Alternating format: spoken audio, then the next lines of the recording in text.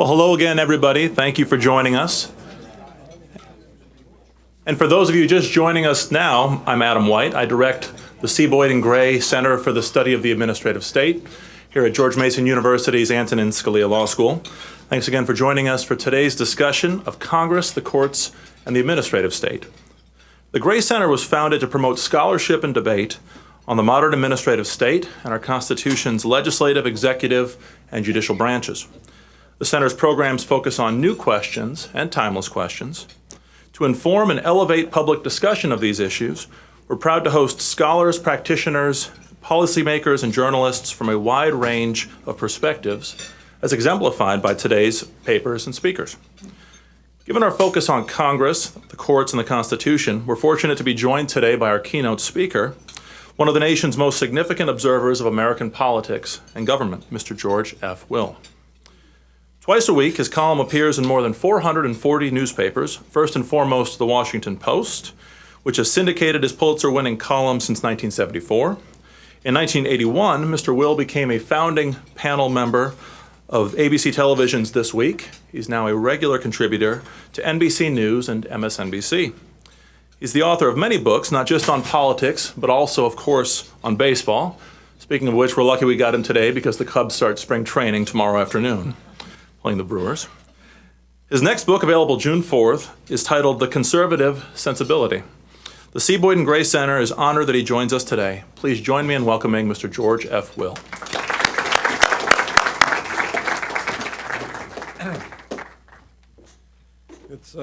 It's very good to be back on a campus, particularly one as vibrant and growing as this one.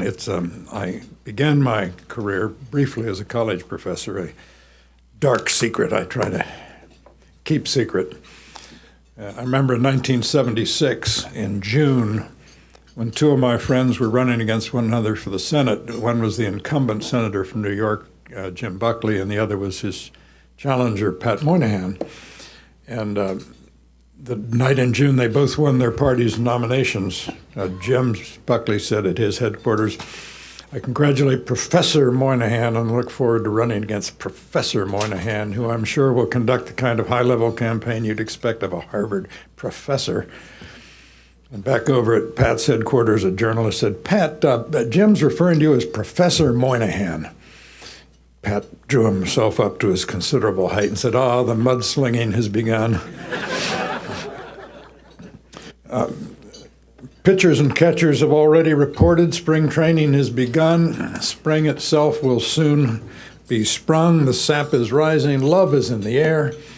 And from coast to coast, Americans of all ethnicities and races and religious preferences are talking about the non-delegation doctrine, which is a great sign of national health, I think.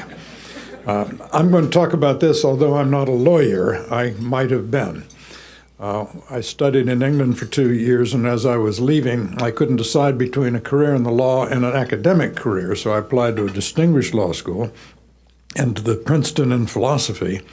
I went to Princeton because it was midway between two National League cities, which will give you some sense of my seriousness as a scholar.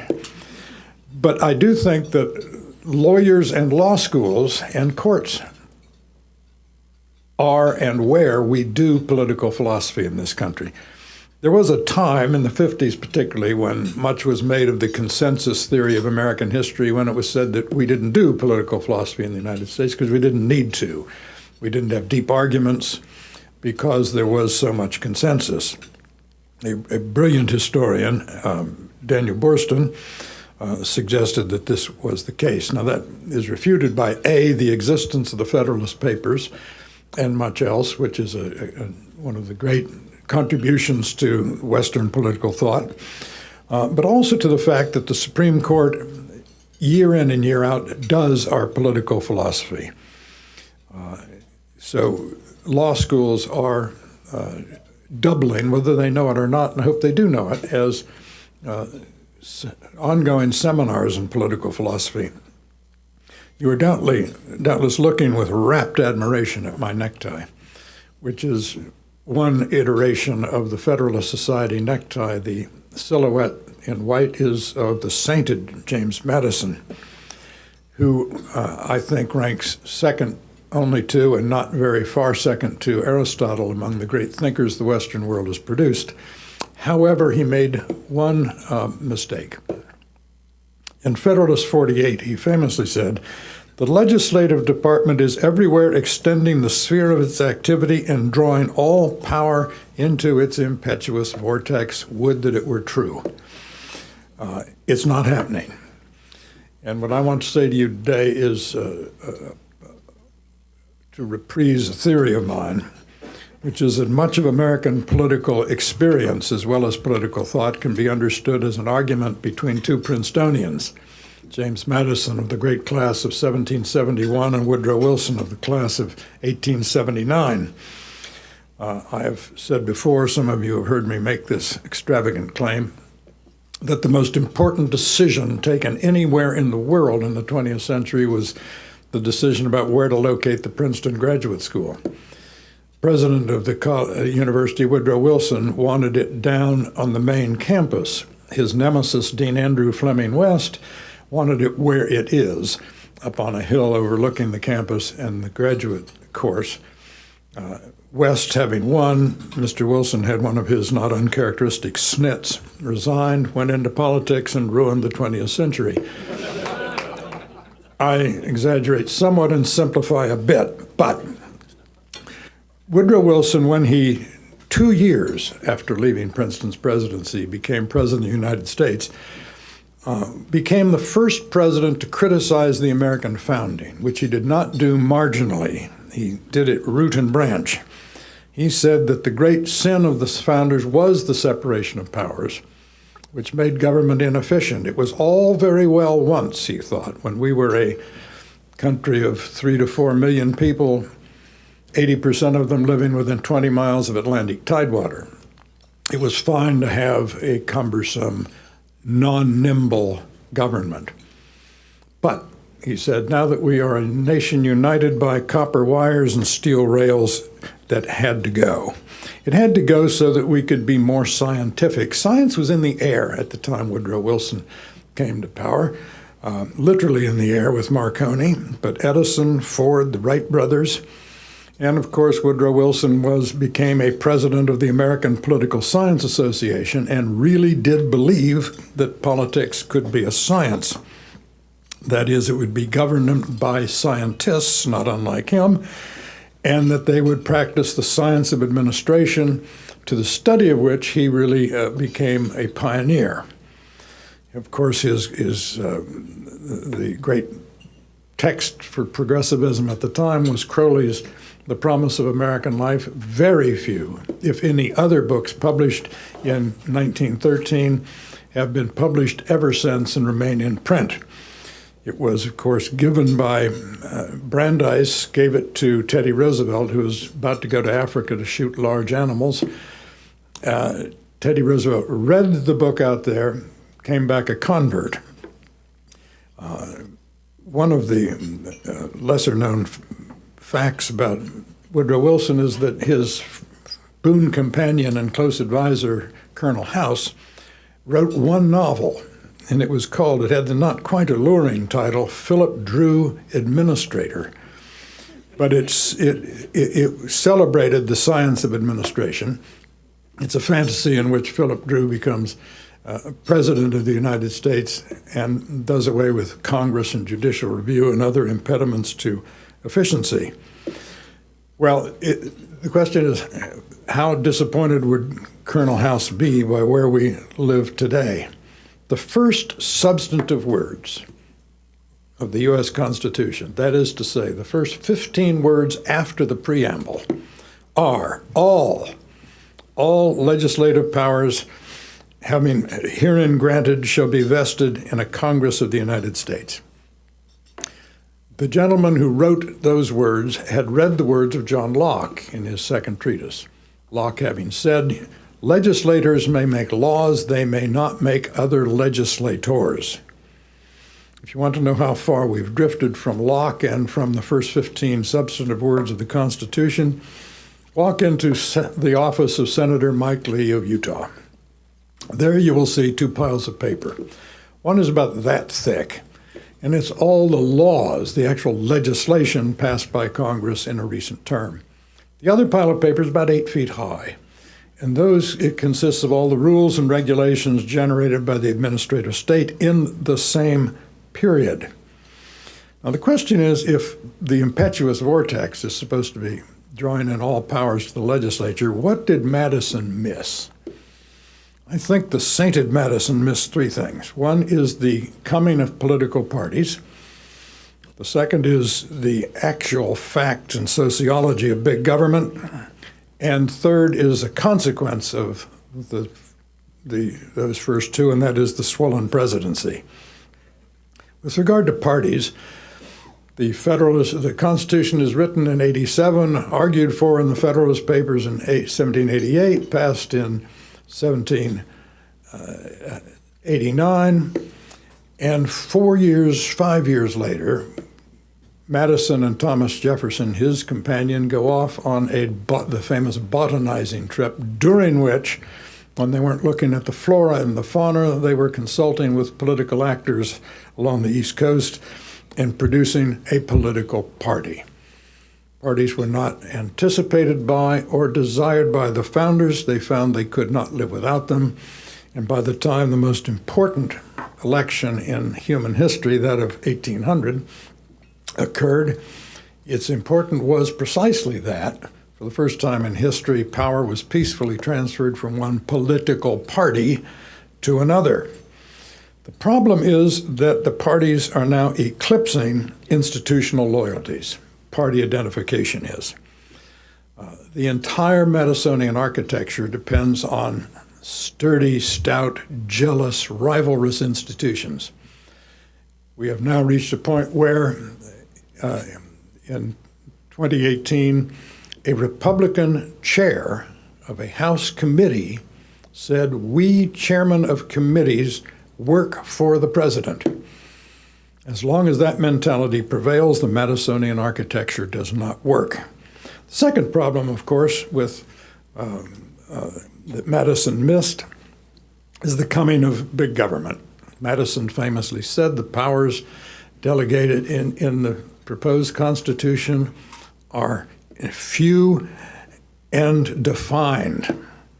Turns out they are neither. They've become unfew and undefined reasonably recently in this sense.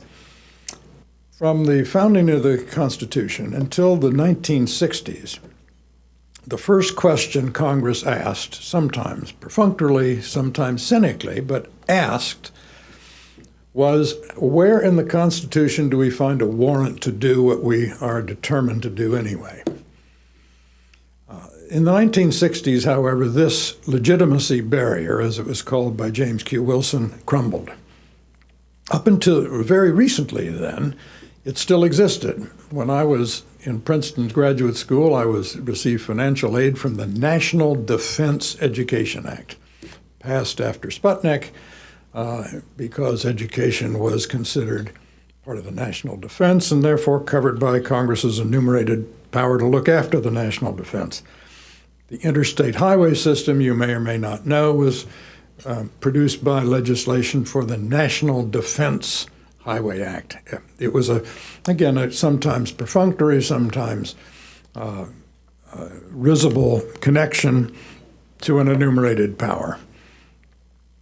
The third result that has given rise to the reverse of the vortex sucking in power into Congress is, of course, the rise of the modern presidency.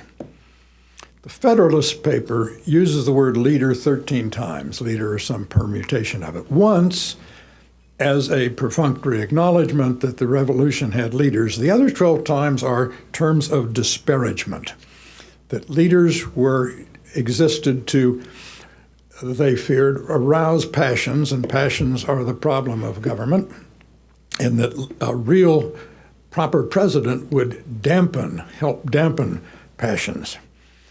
We should have seen the problem coming when Thomas Jefferson, to his great credit, decided not to go to Congress to deliver a State of the Union message. How we got this monstrous pep rally ceremony out of the Constitution's anodyne suggestion that the president shall from time to time give information about the state. I do not know, but I digress. Jefferson did not like the sound of his own voice, which made him quite unique among all the presidents subsequent. And Jefferson thought it monarchical for the executive to stand literally above the Congress and declaim. So he sent them a message. And indeed, all through the 19th century and until the fateful year of 1913, almost all presidential communication was A, in writing, and B, addressed to the legislative branch, not oral and addressed to the nation at large. Woodrow Wilson changed that. He could not imagine the country hearing enough from him. And with a few intermittent exceptions, until the coming of the president for whom Woodrow Wilson, the president who had served Woodrow Wilson as Assistant Secretary of the Navy and who discovered the potency of radio, we have now subsequently had presidents rhetorically in our presence at all time. And it is, of course, Franklin Roosevelt, the first Washington employer of Woodrow, who was employed by Woodrow Wilson. It's from Roosevelt that we got the modern presidency. After the 1936 campaign and election, where he won 46 of the 48 states, he went fishing, and on one day he caught 2 fish, which he named Maine and Vermont, after the 2 states he failed to carry. Shortly after he returned from that fishing trip, he went to the Mayflower Hotel and gave a speech in which he said, "The government is like a carriage drawn by a 3-team set of horses." He says, if they do not work together in harmony, in harness together, the thing doesn't work. A very clear, but typically subtle FDR use of an analogy and a metaphor. He was repudiating Madison's sense of rivalrous institutions and the rivalry being healthy. It should not have surprised anyone that he said that in 1937, because 4 years earlier in his first inaugural, he had said, "It's all very well, this normal procedures, but we must have a temporary departure from that, and I must have powers commensurate with today's crisis," which is to say powers, he says, toward the end of the first inaugural, that would be given to me if we were suffering a foreign invasion.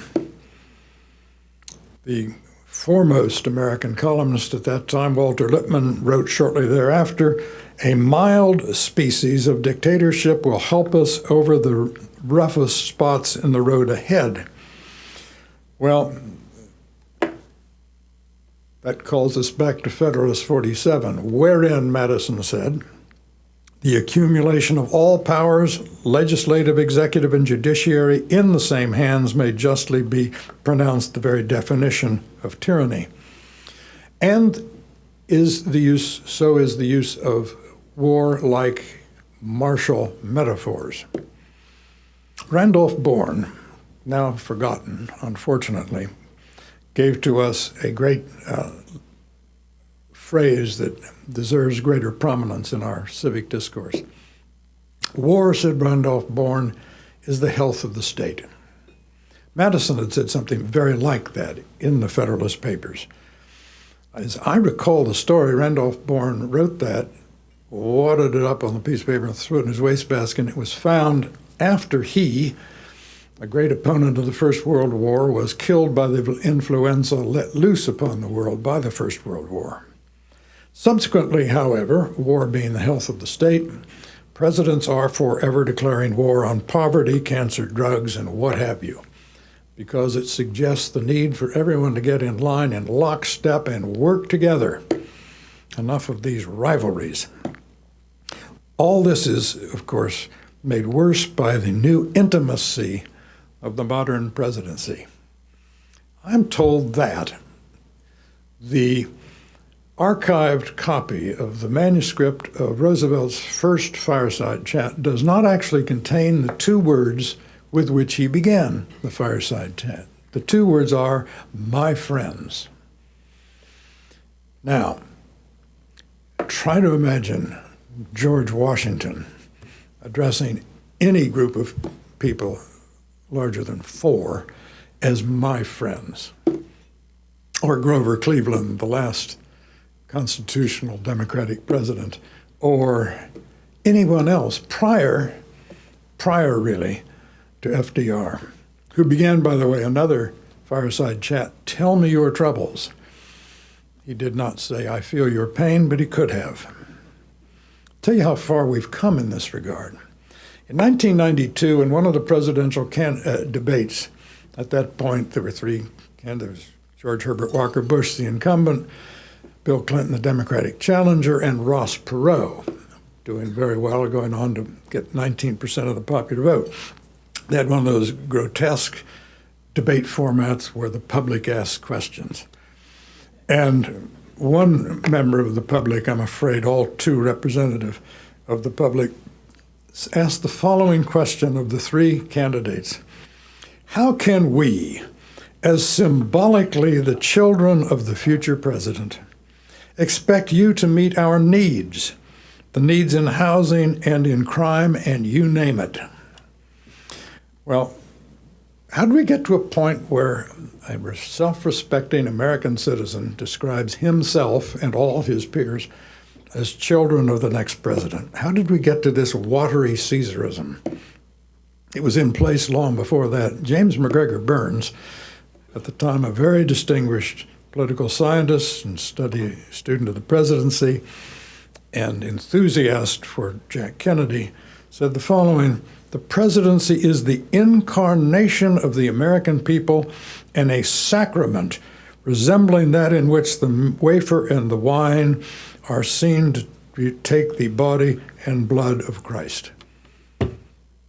How did a self-respecting nation of grown-up adults start talking like this? I suggest we go back to 9 words of Madison's that appear in Federalist 10. "Enlightened statesmen will not always be at the helm." Well, we read that nowadays and say, duh, what else is new? Why did he say that? I think he said it for the following reason. For many centuries, from the ancients until Machiavelli, roughly, I'm again simplifying shamelessly, the problem of politics was to make sure that the good governed. The modern age said, no, let's not aim so high. Let's not aim for the best. Let's try to avoid the worst. And let's not assume that we always will avoid the worst, because sometimes enlightened statesmen will not be at the helm. Where Woodrow Wilson wanted to make the world safe for democracy, Madison wanted to make democracy safe for the world. And as I say, he was rarely wrong, but he missed this fact that the Congress would, far from being an impetuous vortex, sucking in powers, it would be expelling its powers exuberantly. He had said safety, and that was what they wanted, the founders. They didn't want excellence necessarily. They want safety, first of all. Safety would be in the structure of government. So, and I know that Michael Yeoman, at whose feet I've been sitting and learning since he was the brains of the Roman Ruska office. And who? Jim Buckley, of course, yes, silly me. Anyway, I know he's already quoted for you that ambition must be made to counteract ambition. The interest of the man must be connected to the constitutional rights of the place. The interesting thing about this is ambition is a virtue to Madison. Interestedness is a virtue. Love of power and love of fame are all virtues to Madison because they will make the system work by maintaining the dynamic tension and equilibrium. So, today we worry about the fact that the equilibrium of our institutions has been disrupted, in part because people in the institutions do not feel the ambition, the interestedness, the love of fame and power to make them fight for the primacy and the rights of their institutions. we're currently undergoing the second most important question about delegation of power. It has to do with tariffs and taxes. The president is imposing tariffs, which are, of course, taxes collected at the border, paid by Americans, and he's doing it unilaterally in a country founded about various arguments about taxes. The president, to give him his due, says that billions of dollars are pouring into the U.S. Treasury as China pays the tariffs. I haven't figured that one out yet, but the issue that is before the U.S. Court of International Trade concerns his exercise of Section 232 of the magnificently misnamed Trade Expansion Act of 1962, which empowers the president in a huge delegation of power with almost no conceivable restraints to impose tariffs, that is, taxes, in the name of national security. Some steel importers have gone to this Court of Trade and said this is an unconstitutional delegation of power to the president. Courts are very reluctant to get into this, but one member of the three-judge panel looked over her glasses at the government's lawyer and said, well, suppose the president said we need to have tariffs in the interest of national security on peanut butter. Would that be acceptable? She did not get a no from the government lawyer. Now, the president, I think last week, received from the Commerce Department, which is to say from his employees, a report on which he has 90 days to act. The report is whether or not foreign automobile imports and imported automobile parts threaten American security. So 90 days from now, the invasion of Volkswagens and Audis may be unilaterally staunched by an exercise of a delegated power from Congress to the president. Still, looking on the bright side, as I, as a conservative, am disinclined to do, looking on the bright side, I do think that our Newtonian physics of government and politics is kind of working. The equilibrium of those astronomy-obsessed 18th century thinkers between the planetary pole of our three branches of government has a little more vitality today than it did 2 years ago, because people have been noticing what's going on. There is a dialectic not just in governance, but in politics, in the political argument. That in Newtonian language, equal and opposite reactions to particular forces. In the late 20s, early 30s, the German communists had a saying, "Nach Hitler kommen wir." After Hitler, we will come, because the dialectic of the crisis of capitalism, all that nonsense, they did come, but it was rather later and at rather high cost. Still, it is the case that there is a reaction to provocations and to other forces, and I think it is working in our society. Suddenly, people, particularly in the Democratic Party, have not thought long and hard recently about the separation of powers, are beginning to see its virtues. They're beginning to see that in 1787, the people who went to sweltering Philadelphia did not go there to design an efficient government. They went there to design a safe government, to which end they produced three branches of government, two branches of the legislative branch, veto overrides, supermajorities, judicial review, all kinds of blocking mechanisms to slow it down, to get what Greg Wayner of Assumption College, already quoted here, is called medicine's metronome, from ticking slowly, the better to refine public opinion before translating it into law. The result, some people say, is gridlock, to which the answer is, what's the matter with that? First of all, it's hard for anyone to name something the American people have wanted intensely and protractedly that they have not got. Second, most of what government wants to do, it either cannot do, model cities, Head Starts, things like that come to mind, or it should not do, or it has no constitutional warrant for doing. I referred a moment ago to the second most interesting, at the moment, delegation of powers, that having to do with the unilateral ability of presidents of both parties to impose tariffs with very little letter hindrance. Of course, the most interesting delegation of powers that recently burst upon us is the declaration of a national emergency, albeit one that the president said, I don't really need to do this, but that just will make the subsequent litigation all the more entertaining. The fact is that now, because there is actually something good in the 1976 National Emergencies Act, the House will pass a measure of disapproval. It will go to the Senate, where we will learn who is and who is not taking seriously their oath to protect and defend the Constitution. There will be a number of Republican defections on this issue of really the ultimate delegation of powers.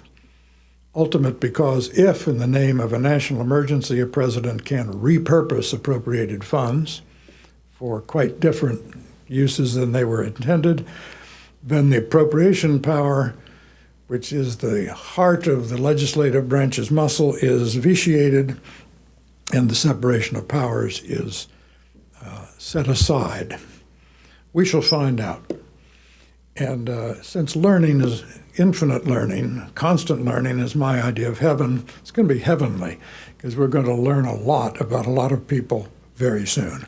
All because events have conspired to have Americans, as I say, from coast to coast speaking of almost nothing but the non-delegation doctrine these days, which is a sign of health. Now, I have talked quite long enough. You're probably feeling the way Jeff Torborg did when he was managing the White Sox. He went out one day to take a pitcher out of the game, and he got to the mound. The pitcher was Jimmy Kern. He got to the mound, and Kern said, "Skipper, I'm not tired." Torborg said, "Jimmy, we know you're not tired, but our outfielders are." So on that note, I know you're tired of hearing me. I shall subside, and I welcome any questions you might have. Thank you very much.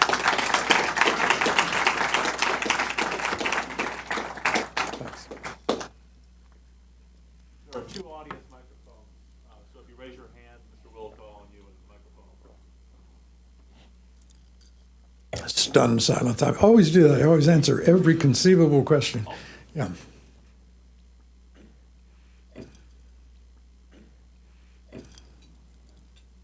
So as you said, Madison counted on ambition to counteract ambition, but of course it was a certain kind of ambition, an ambition for presidents to be ambitious as presidents, and more importantly, members of Congress to be ambitious institutionally as members of Congress. Members of Congress are still ambitious. They're ambitious to be on cable news. They're ambitious to complain about Congress. Do you see any way that we can return that ambition back to a more institutional-minded ambition? It's yes. I mean, one way it's now almost politically impossible is term limits, which are a Madisonian reform because they changed the structure of incentives. The incentives for going into public life, that is, you can't go into it for a career, and the incentive for behaving particular ways when you're in public life, that is, you have a diminished incentive to be risk averse because if you risk your legislative career, you're not facing professional annihilation because a prolonged, lifelong career in the legislative branch not being possible, you probably had a job beforehand and you might have one afterward. That would help. Now, in a 5-4 decision by the Supreme Court, Mr. Kennedy, not surprisingly, is providing the fifth vote. The Supreme Court in 1994 said you could not impose term limits by statute, as some states tried to do, because term limits are a change in the qualification for office, and therefore you need a constitutional amendment. And we know that Congress is never going to send to the states for ratification an amendment that would limit their careers. So it's not going to happen. But you asked, theoretically, is there a way to do this? And that's one way. It would help if we had a president who would run in the spirit of Michael Yeoman was talking about a Reagan. Why? Coolidge is what we want.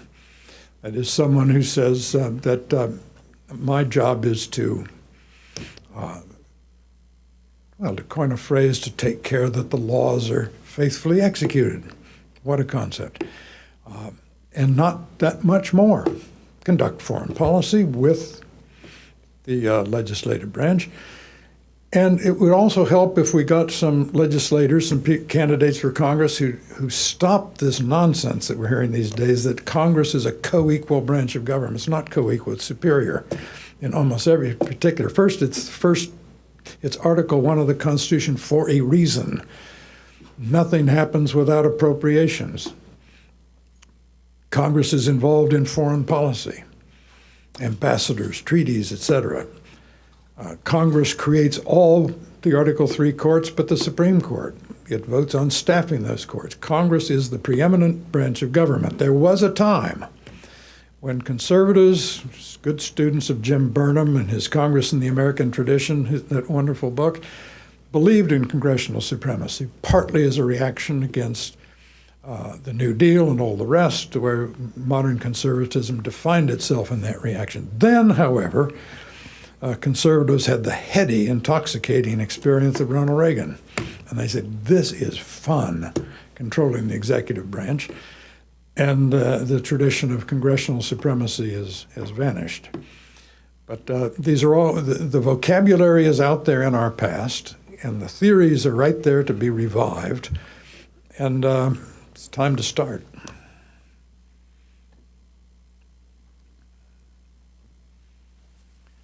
Would you address the issue of whether you think delegating decision-making authority over specialized subjects makes sense? I mean, for example, for 80-plus years, we've delegated to the Food and Drug Administration the authority to decide what drugs are safe.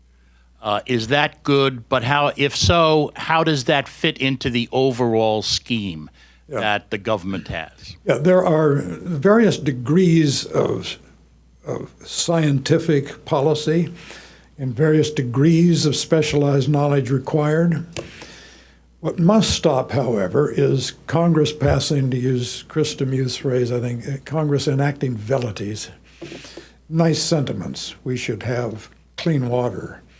We should have, remember when we got in trouble in the 1960s, maximum feasible participation, that we should have decent education. We take all the language of Roosevelt's 1944 Second Bill of Rights.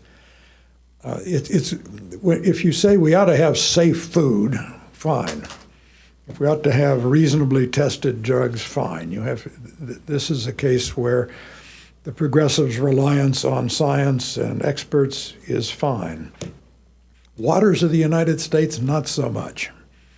I mean, if you pass a piece of legislation which allows a bureaucracy to define a wet backyard as a water of the United States, obviously insufficient guidance was given by the legislators to the bureaucracy. It's hard for me to give you a general principle here, but common sense tells you that if you're talking about trying to stop thalidomide, you need scientists. If you're trying to stop people from declaring a damp backyard a water of the United States, you need a wide-awake legislator who can set real limits on the available discretion.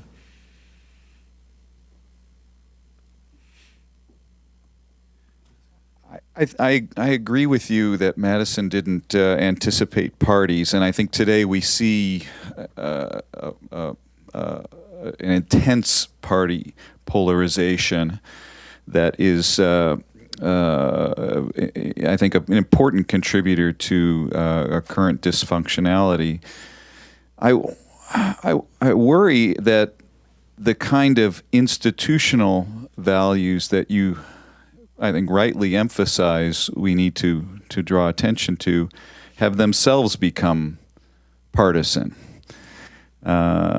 Certainly, when you have a White House in Republican control, the Democrats will have lots to say about institutional values. But going back to the Obama administration, we had Republicans. These institutional values are, it seems to me, also becoming partisan or polarized. And I'm wondering how we break out of that, particularly this current moment where Republicans in Congress who are ambitious have to worry that they will be voted out in a primary if they act in some manner that's contrary to the administration. And I wonder maybe if there's a fourth thing that Madison missed, it was Mansur-Olson, that these institutional values are public goods, and the interest of any individual member of Congress is to go along, to free ride, let somebody else stand up for the good of the country and the functionality and integrity of our institutions. Meanwhile, they just want to continue to get their reelection. They worry that if they stand up for institutional values, they will be out-primaried. I just had a thought that I've never had before. That doesn't happen this often, so I'm going to share it with you. Suppose we had a constitutional amendment that said no senator can run for president until 10 years after he or she leaves the Senate. Part of the problem is that more and more people arrive in the Senate, hit the ground running for presidents.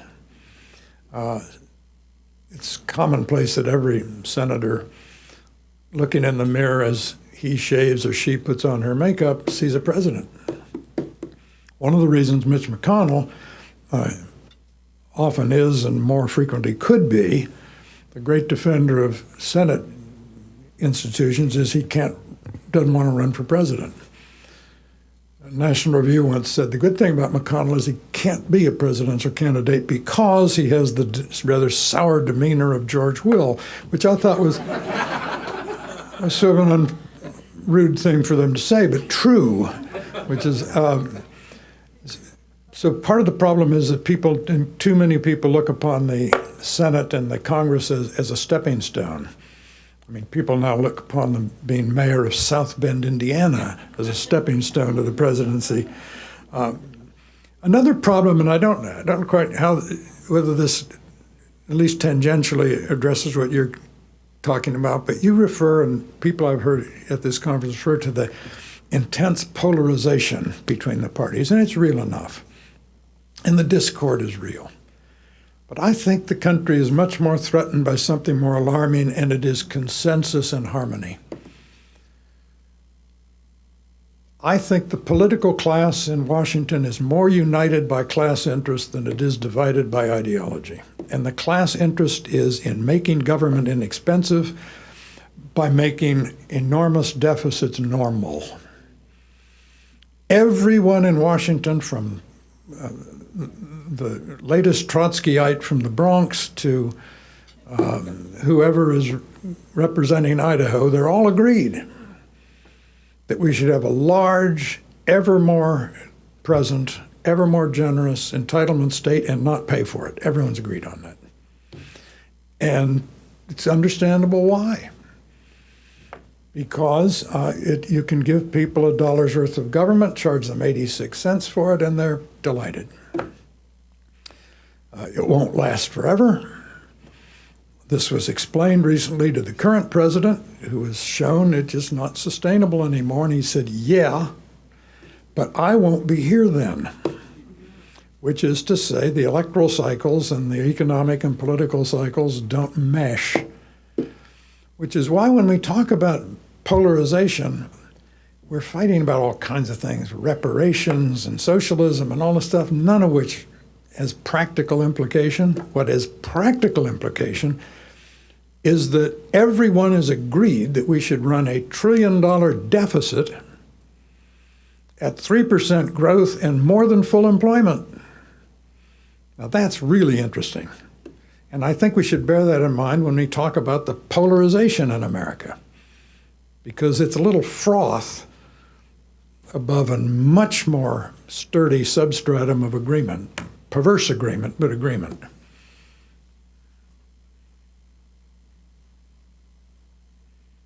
I've seen some polls that say that the people who call themselves independents may be as high as 40% in the electorate. Do you see any possibility of a third party having any ability to succeed? Well, the dirty little secret about independents is they are behavioral partisans. They say they're independent, but they always vote Democratic or always vote Republican. So the true independent vote in a normal year, in 2004, Karl Rove said it was 7%. I don't know if 7% of the American people today are undecided about the current president. I'd be surprised if there were. But a third parties all have one thing in common: they all fail, at least since the Republican Party was founded in 1854. Now, it took the Republican Party 6 years to elect a president, but things were a little different then. And we don't want to get back to the peculiar fluidity of the nation falling apart, which is what gave us a quick Republican president. As long as we have the winner-take-all allocation of electoral votes in 48 states, all but Maine and Nebraska, all third parties face the Ross Perot phenomenon. You can get 19% of the popular vote and 0 electoral votes. The last third party candidate to win electoral votes was George Wallace, who had the 3 magic things for a third party candidate. He had a vivid personality, a burning issue, burning cities, among other things, and a regional base. But the fact that he had a regional base, what gave him the regional base were certain policies and attitudes that made him unsaleable elsewhere. So don't look for a third party. Sorry to depress you, but that's my job in life, is to be a wet blanket at such movable feasts. But anyway, anyone else?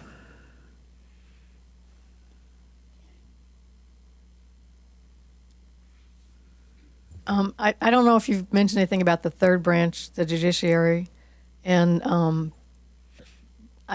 don't know. I'm not sure that they're doing their job either, frankly. So well, tell me about them. The most interesting argument in American politics today, in late 1970s, my dear and best friend Pat Moynihan said, something momentous has happened. The Republican Party has become the party of ideas. Today, as for a good many years now, the most interesting arguments in America aren't between conservatives against liberals or progressives. It's among conservatives. And the most interesting argument in America today is between those on the right who maintain the vocabulary of complaint about judicial activism, complaint honed in response to the Warren Accord and particularly to Roe v. Wade, and those who have adopted, as I have done, the vocabulary of judicial engagement, driving that from Clark Neely of the Cato Institute's book on judicial engagement, which says courts are insufficiently active, that those who have praised judicial deference to majoritarian institutions cannot thereby turn around and complain about the Keynote decision. Keynote was deference to the representative institution of New London, Connecticut, which said we're going to take property from one private party and give it to another private party because the other private party will pay more taxes to we who are giving them the property. There is a presumption now that, and this is the interesting argument on the right, is America about majority rule or is it about liberty? Because they're not the same thing, as Madison tried to tell us. In 50 years of writing about this stuff, this is the biggest change of mind I've had. Bob Bork was a very good friend of mine, and he was probably the most pure majoritarian of distinction and intellectual heft since Oliver Wendell Holmes. I fought so hard in my column for his confirmation that the day he was voted on and rejected, my friend Meg Greenfield, deputy editor of the Post, ran a whole editorial called Dear George, trying to talk me in off the ledge. I've changed. I think Oliver Wendell Holmes is everything a justice should not be. And that, in fact, I think we're gaining on them. And indeed, if the non-delegation doctrine is revitalized by courts, and if Chevron deference is reduced by courts, it will be done so by people, by jurists who say our job does not begin or end with deference to the legislative and other majoritarian institutions. That is not doing our duty, it's a dereliction of duty. Thank you very much.